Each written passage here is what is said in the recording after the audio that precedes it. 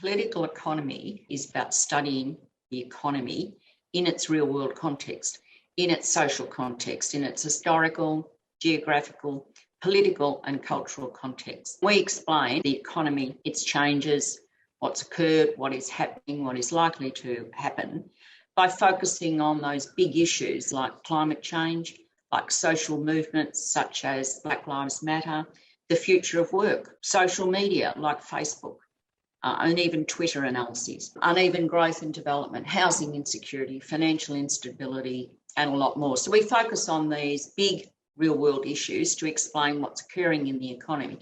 But we also do it in a way where we're not using what's called a single or monist approach. We adopt a pluralist approach. We use a range of different perspectives to explain these big real world issues. Each perspective offers us different insights. So it's like using a set of analytical lenses, because not just one approach can explain everything about the context or the changes that are occurring in the economy. The social science discipline of economics is made up of a range of perspectives, a range of different theories. But the teaching of economics commonly at university is very much a single approach, and it focuses more on developing someone's statistical skills, mathematical modelling. And those, after you've developed those skills, you then apply those to selected issues. Whereas political economy, we start with the real world issue first, we select that first, and then we apply a range of perspectives to it. So big difference is the starting point. Ours is very much on the real world issues, whereas the teaching of economics at university is about developing statistical and mathematical skills. We apply a range of theories, whereas the teaching of economics at university really focuses only on one approach, one very conventional approach.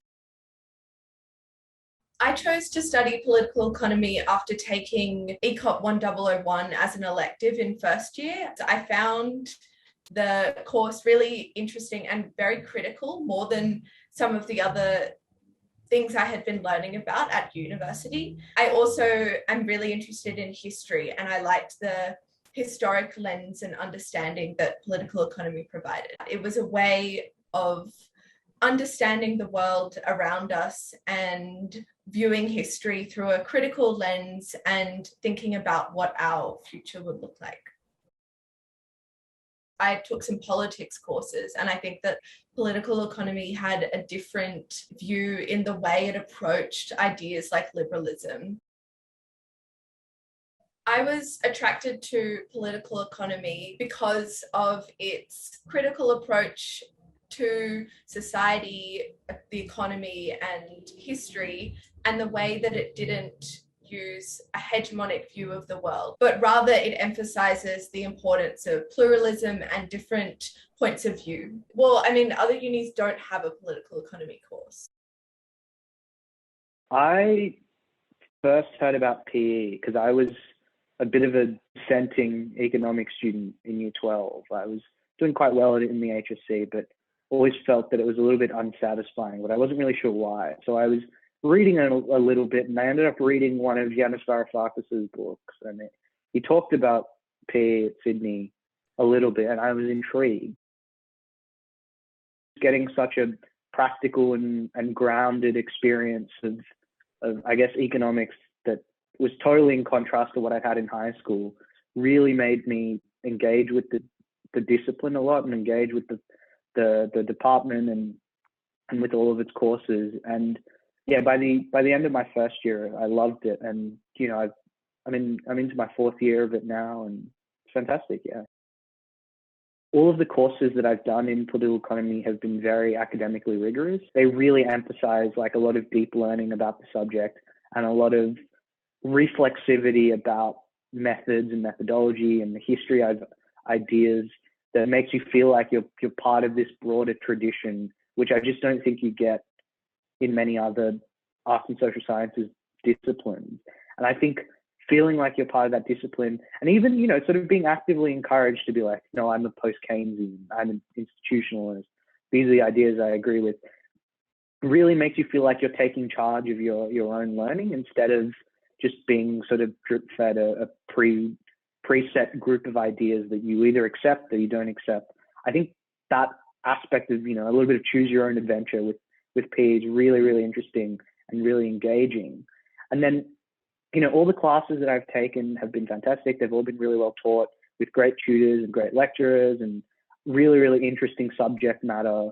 So on that front as well, in terms of the interest level and, the level of teaching, it's been terrific. And, I don't know anyone in PE who disagrees. The broader community around PE is really great.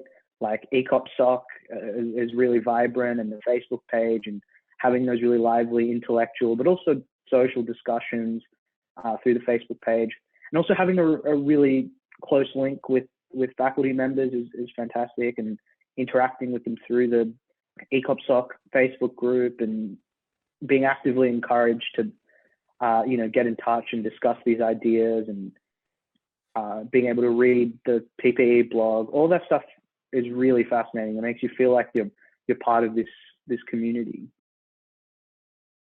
I am working for Google as a public policy and government affairs manager. We look after all of Google's different products in Australia, all the tools that many of us use every day, but also lots of really interesting public policy questions about internet governance, who should decide what gets to go on the internet, who decides the rules of the road, and how should we develop technologies like artificial intelligence and quantum computing to make sure that they do good in the world.